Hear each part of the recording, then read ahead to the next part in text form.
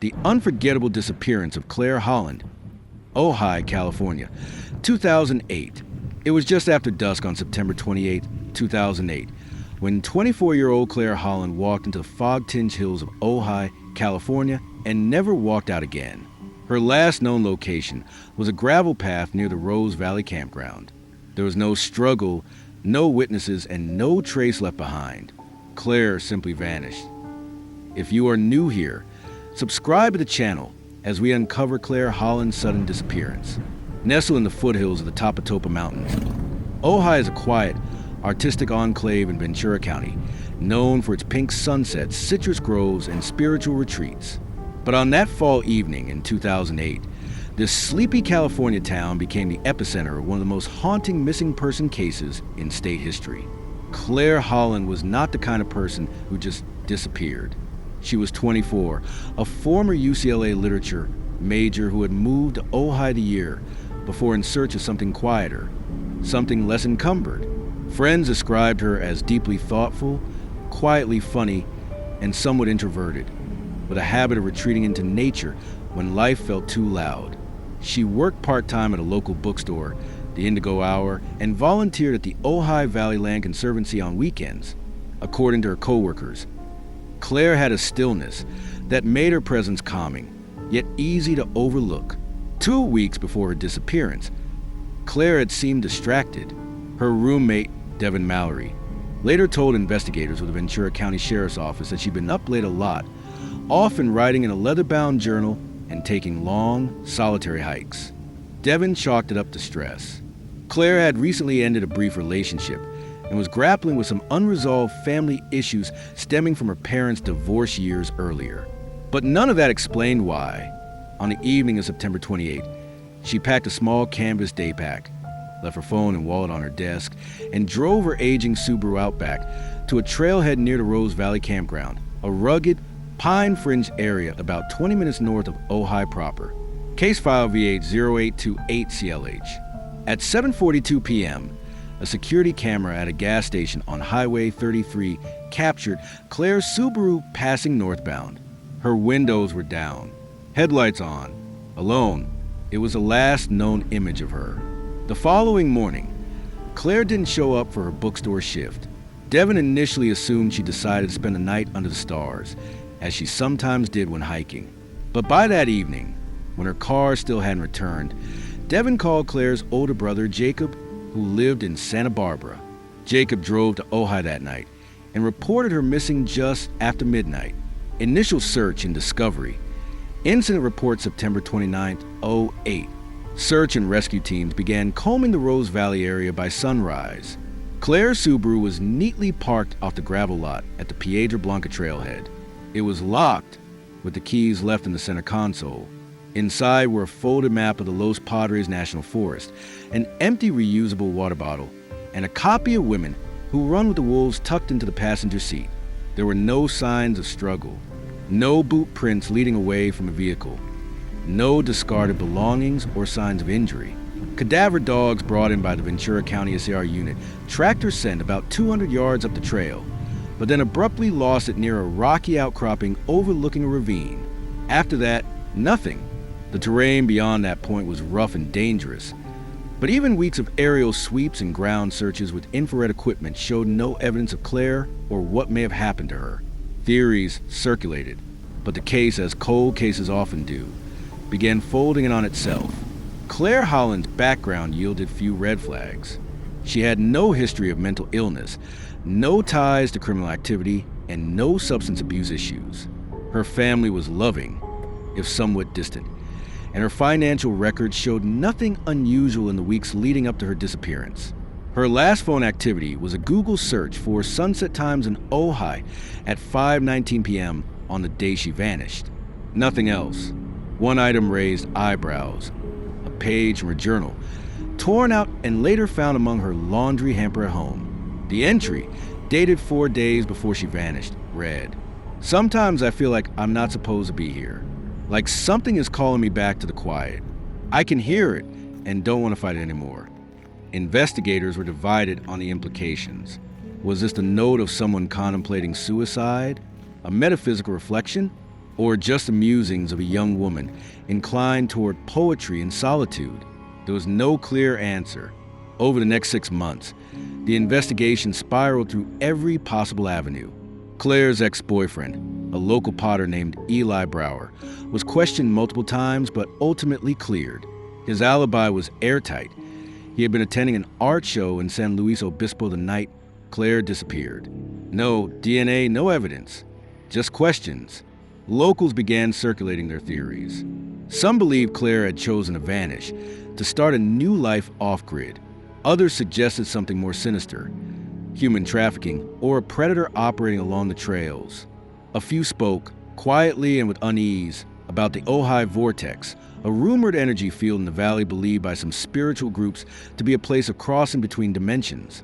While the sheriff's office dismissed such ideas as fringe speculation, they couldn't ignore how many people insisted Claire wouldn't have left without saying goodbye. Detective Marissa Choi, assigned the case in 2009, described it in her internal report. This is one of those disappearances that feels like walking into a house with the lights on and dinner still warm on the table, but no one's there. It's too quiet, too intact. Case status, unsolved/cold. Updated November 10, 2013. By 2013, 5 years after Claire's disappearance, the official investigation had dwindled. Leads went dry. Tips slowed to a trickle. Her family held a quiet memorial service that year at a nature reserve Claire had once helped restore. They didn't declare her legally dead. Jacob Holland says, "We don't know if Claire's gone. We know she's not here." But then, something resurfaced. In late October 2014, a pair of hikers stumbled upon a weathered canvas bag wedged beneath a fallen tree near Lion Canyon, nearly 7 miles from Claire's parked car. The area had been partially burned in a 2013 wildfire and was known for landslides, making it difficult to access. Inside the bag were 3 items: a blank notebook, a corroded silver compass, and a photo of Claire as a child, smiling beside her brother at Lake Arrowhead. Forensics were inconclusive. The elements had degraded any prints. But Jacob confirmed the photo came from a family album in Claire's childhood bedroom. The backpack was genuine. The contents were hers. But if she'd made it that far, why leave behind? No bones, clothes, or further evidence were found in the vicinity. Investigators returned to the area twice over the following year, but nothing had been found. The bag raised more questions than answers. 15 years have passed since Claire Holland disappeared into the mountains of Ojai. Her case remains open with the Ventura County Sheriff's Office, though active investigation has ceased. Occasionally, hikers still call in with possible sightings of clothing or remains, but none have led to any discoveries. Claire's name is etched on a weather-worn missing persons board at the trailhead, where a car was found, among several others lost to the wildness of the Los Padres. Locals still speak of her, especially in early autumn, when the air turns brittle and quiet. There's a bench near the Piedra Blanca Trailhead. Simple, unmarked, weathered by time and sun. It's become a quiet shrine, often holding small offerings. Flowers, stones, handwritten notes from strangers who never knew her but somehow feel her absence. We live in a world that doesn't always give us closure. Some people walk into the woods and come back changed.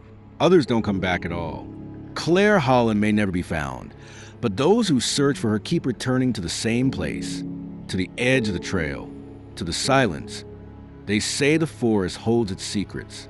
And on September 28, 2008, the trees around Ojai seemed to swallow one of their own. From when Claire Holland left her home that evening to when her Subaru was discovered abandoned near the Piedra Blanca Trailhead, every hour was scrutinized and dissected, leaving investigators with more questions than answers. Timeline of disappearance. Sunday, September 28, 2008, 6:45 a.m. Claire wakes early. Her roommate, Devin Mallory, recalls hearing the kettle whistle in the kitchen and the soft thud of the back screen door closing. Claire was often up early on Sundays. According to Devin, she'd sit out back with her tea and write, sometimes for hours. 8:10 a.m. Claire stops by the Indigo Hour, the bookstore where she worked part-time. The store was closed, but surveillance footage from a neighboring cafe shows her unlocking the front door, going inside briefly. and emerging with a canvas shoulder bag and what appeared to be a stack of books. It's unclear if she was returning or taking personal items. She locked the door behind her. 9 a.m. Claire is seen at the Ojai Certified Farmers Market. A vendor, Marisol Trejo, remembered her buying a bunch of dried lavender and a small jar of wildflower honey. She looked peaceful, Marisol later told investigators, but a little distant, like her mind was somewhere else. 11:15 a.m., she returns home. Devin sees her briefly in the kitchen, setting down the honey. She smiled at me, said she might go for a hike later, and asked if I wanted her to return anything from the co-op. Claire appeared calm, even upbeat.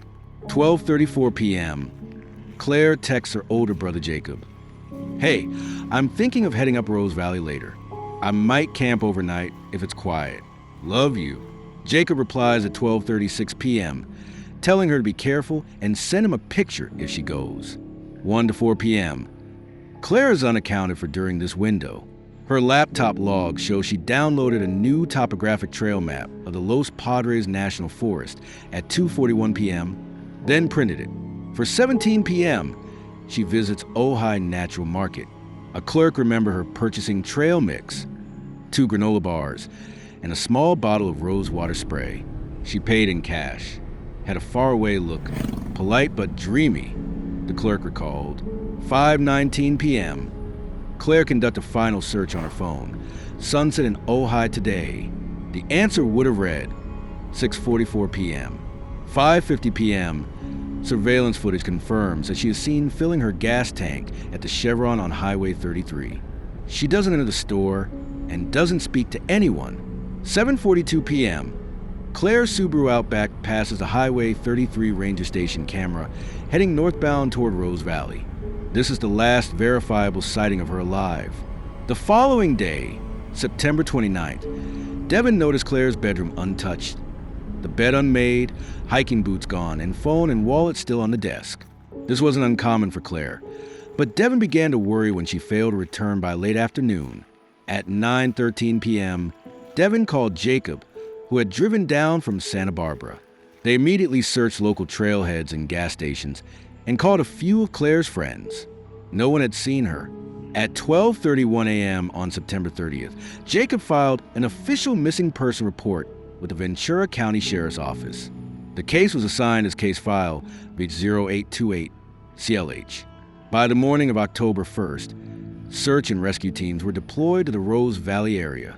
At 6:11 a.m., deputies discovered Claire's 1999 Subaru Outback, dusty but undisturbed, parked along a pull-off near the Piedra Blanca Trailhead.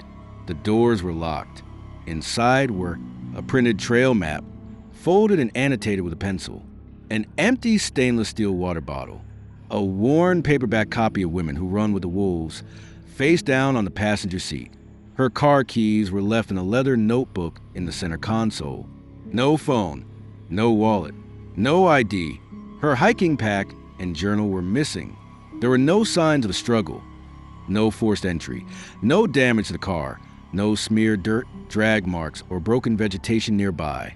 Cadaver dogs picked up her scent briefly, leading about 200 yards up the trail before losing the trace near an overlook. Initially, drones and infrared-equipped helicopters were used, but they found nothing. Detective Marissa Choi noted in her report, subject appears to have entered the trail system intentionally. No overt signs of foul play. Terrain rugged, limited visibility, elevation, and potential wildlife interaction must be considered. However, no predator traces, scat, drag marks, etc., were discovered. Possibility of voluntary disappearance cannot be ruled out. Jacob Holland became the family's de facto spokesperson. In a tearful interview with KCLU, he said, Claire was grounded. If she went into those hills, she went with a plan. She always told us exactly where she was going. Leaving her phone and ID behind doesn't make sense. Something happened to her out there. Devin Mallory, shaken, appeared on KTLA-5 in Los Angeles 2 days later. She was one of the most intuitive people I've ever known, and she wasn't reckless. She would have left a trail. A note, something. A candlelight vigil was held in Libby Park on October 3rd, drawing over 150 people. Posters were distributed from Ojai to Santa Barbara. Social media groups formed and theories bloomed. The first major tip came on October 4th, when a hiker claimed to have seen a woman matching Claire's description, walking barefoot along a service road near the Lion Canyon Trail, approximately 7 miles from Claire's vehicle. Deputies swept the area but found no evidence. The witness later admitted he hadn't gotten a clear look. This became Red Herring 1. Another anonymous caller claimed Claire had been seen entering a cabin with a man in his 50s in the Matalija Wilderness area. This led to a multi-day search of private hunting cabins. Again, nothing. The man in question was a reclusive forest dweller without connection to Claire. Claire's ex-boyfriend, Eli Brower, was initially viewed as a person of interest. The two had dated briefly earlier in the year. Eli cooperated, providing a weekend itinerary at an artist retreat in San Luis Obispo. Cell tower data and multiple witnesses confirmed his alibi. While the relationship had ended abruptly, there were no reports of violence or harassment. The only item of potential significance surfaced 6 years later, in 2014, when a fire crew clearing brush discovered a weathered canvas backpack near Lion Canyon. Inside were a blank Moleskine journal, a broken compass, a childhood photo of Claire and Jacob.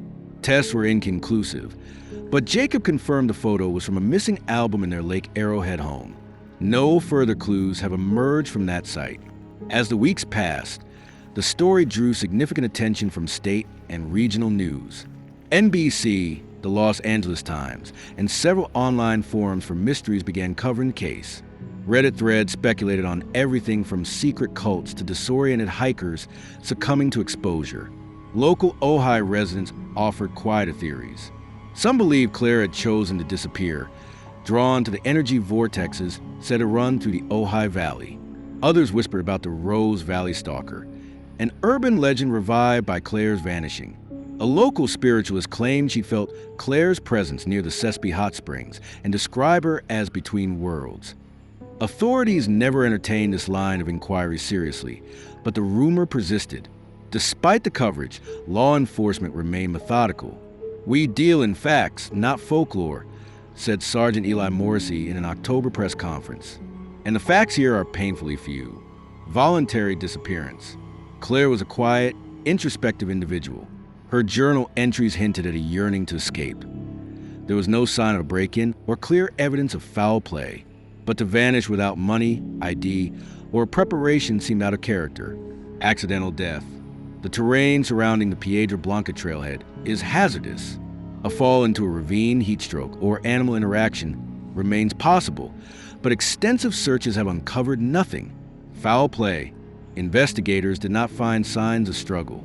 However, her trail abruptly went cold, raising concerns. Could she have encountered someone on the trail? Could she have hitchhiked with a stranger? Psychological break. One private investigator hired by the family floated the possibility of a dissociative episode. But again, there was no psychiatric history to support this theory. On October 16th, a postal worker in Ventura reported seeing a woman who looked exactly like Claire mailing a large padded envelope at a self-service kiosk. The clerk noted that she wore hiking boots and a scarf similar to one Claire had owned. Surveillance footage, however, was too grainy to confirm identity. When the package's recipient was tracked down, it became a routine eBay transaction from a seller in Oregon. Another dead end. To this day, Claire Holland's case remains one of Ventura County's most enigmatic unsolved disappearances. Her file is classified as open, cold. New detectives rotate every few years, hoping to catch a missed clue, but the hills of Ojai remain silent. No final phone call, no last goodbye, no trace. In every cold case, there comes a moment when the known details grow quiet, when the facts fall short of resolution, and in the silence, the mystery expands.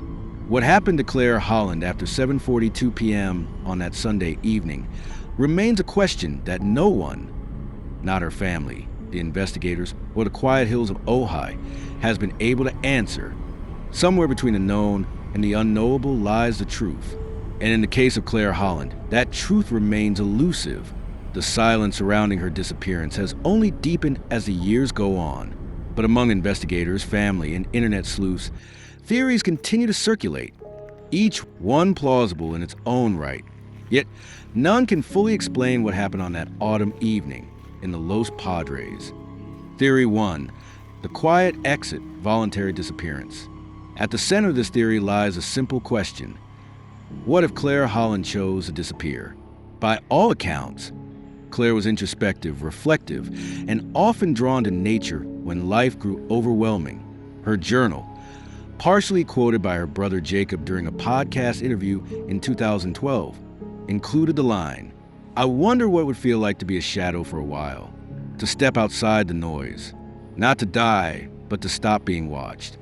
Though poetic, the quote took on a darker tone in hindsight. The notion of voluntary disappearance isn't uncommon. According to the FBI's National Crime Information Center, nearly 20% of adult missing persons cases are later found to involve adults leaving of their own volition. And Claire, with no mortgage, no children, no permanent job, had fewer ties than most. She had recently ended a short-lived relationship. Friends describe her as contemplative and deep in thought in the weeks prior. Yet, there were no signs of mental health spiral, no erratic behavior, no goodbye letters, no withdrawals of funds from her bank accounts. Still, the clues are ambiguous. Claire left behind her phone, wallet, and identification, odd for someone seeking to start anew. Her car was left in a public location, locked, keys visible. Her pack and journal were missing, suggesting she may have intended to travel light. The discovery of the childhood photo in a remote backpack years later might signal a symbolic break, a personal ritual of shedding the past. Skeptics of this theory point out that disappearing voluntarily requires planning, logistics, and often assistance. Claire had no documented connections to survivalist communities, off-the-grid networks, or travel funds. Private investigator Alan Trevors, hired by the Holland family in 2015, summarized it best. It's a romantic theory, the poetic soul retreating into the mountains. But if she planned this, she left no footprint, literal or digital. That's incredibly rare. Theory 2. Foul play on the trail, abduction or encounter gone wrong. While law enforcement never declared Claire a homicide victim, internal reports point to this being their working theory during the first 18 months of the investigation. Here's why. Claire's scent trail abruptly ended roughly 200 yards from the trailhead. There were no signs of a struggle, nor signs that she ventured far into the wilderness. While remote, the Piedra Blanca Trailhead is accessible by vehicle. Anyone could have parked nearby, waited, or crossed her path. A witness, a retired trucker named Al Monroe, reported seeing a dark-colored van parked awkwardly near the trailhead around 8 p.m. on the night Claire vanished. He said he noticed it because it had no plates and its headlights were off. Investigators followed up, canvassed businesses along Highway 33 for similar vehicle sightings, but nothing surfaced. The van was never seen again. Some suspect Monroe's memory was flawed or affected by the dim light. Others believe it may have been crucial. Local stories also mention a man known only as the Watcher, an anonymous figure rumored to have been seen loitering along various trailheads in the Los Padres region. One camper recalled a guy in camo silently watching from the tree line during a hike in early September. Claire's case renewed speculation, but the lead never went anywhere. It's worth noting that Rose Valley and surrounding forest land were, at the time, the site of illegal marijuana grows, operated by cartel-linked groups. The sheriff's office has confirmed that trespass grows were found just 3.5 miles from where Claire's car was parked in 2008. Could Claire have stumbled into something she wasn't supposed to see? Could someone have used the illusion of remoteness to hide a premeditated crime? Critics of the abduction theory argue that there were no tire tracks other than Claire's. No forensic evidence, blood, hair, or personal effects, was found despite exhaustive searches. The area wasn't hazardous then. Hikers reported feeling peaceful and serene. Still, Sergeant Marissa Choi, lead investigator from 2008 to 2010, never discounted this possibility. There's a small window of opportunity for foul play here. A window between 7:45 p.m. and 8:30 p.m. when someone could have crossed paths with Claire and left no trace. Theory 3. A fatal mistake, natural causes in unforgiving terrain. It's a theory most consistent with Occam's razor. Claire went hiking, misjudged the time or conditions, and met her end in the wild. She had looked up sunset times before leaving and had a printed map, a sign of planning. But the Piedra Blanca Trail system is deceptive. It branches, dips, and rises through thick brush, hidden ravines, and narrow switchbacks. She was seen wearing casual hiking gear, unprepared for overnight temperatures that can drop into the low 40s, especially in the fall. If she became lost, disoriented, or injured, it's possible she perished from exposure or dehydration. But this raises key questions. Why are there no remains after hundreds of volunteers combed the area on foot, horseback, and by air? Why is there no scent trail beyond the overlook? Cadaver dogs are trained to detect even buried or decomposed remains. Could she have fallen into a hidden crevasse? Or would they have been washed away if rains came later that week? Geologists working with search teams did identify several uncharted cave systems in the Sespe Creek drainage area. One theory proposes she may have sought shelter in one such space and become trapped. Another posits an accidental fall into dense underbrush or behind a rock fall. A search and rescue officer who requested anonymity said, "The Los Padres have swallowed people before. There are places no one goes, places that haven't seen footprints in decades." Still, the scale and scope of the search and the complete lack of evidence make this difficult to accept in full. Theory 4. Fringe something not of this world. Ojai has long been a magnet for spiritualists, mystics, and those seeking energetic alignment.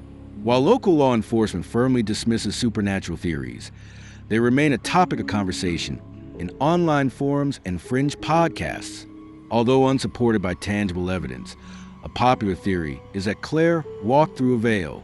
The idea stems from a local legend called the Gate, a place certain spiritualists believe to be a portal in the forest, a crossing point between this world and the next. The legend was fueled by a 1984 disappearance involving another solo hiker, Leah Orman, whose case remains unsolved today. In Claire's case, some point to her journal writings, which contain references to crossing over wilderness baptism and the voice of the trees. Her final known internet search, Sunset in Ojai Today, has been reinterpreted by some as a symbolic gesture, watching the light fade before moving into darkness. It's worth noting, a spiritual medium later contacted Jacob, claiming to have seen Claire standing in the wind, surrounded by fire and sky. Several paranormal investigators have visited the area. None reported anything concrete. While the supernatural theory cannot be investigated traditionally, it speaks to the void left behind by Claire's disappearance. In the absence of fact, myth rushes in, and myths, however fanciful, often emerge from deep, ancient places. Despite the passage of years, the following facts continue to puzzle investigators and armchair detectives alike. Why was her pack never found near her car? If she vanished early into her hike? Why were no electronic devices taken? Even for solitude, hikers tend to carry their phones for emergencies. Why were no footprints, tire tracks, or signs of struggle visible at any scene? Who left the canvas backpack containing her childhood photo? Was it hers, or was it planted? How does someone vanish so completely from a well-traveled trail without a single sound or witness? As of 2025, the case remains classified as open, unresolved under the Ventura County Sheriff's Cold Case Unit. A digital tip line is active, though submissions have slowed in recent years.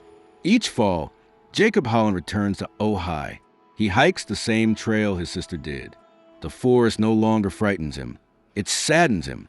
"Sometimes I talk to her," he said during a 2020 interview. "Out loud, I tell her what's happening in the world. I ask if she's watching.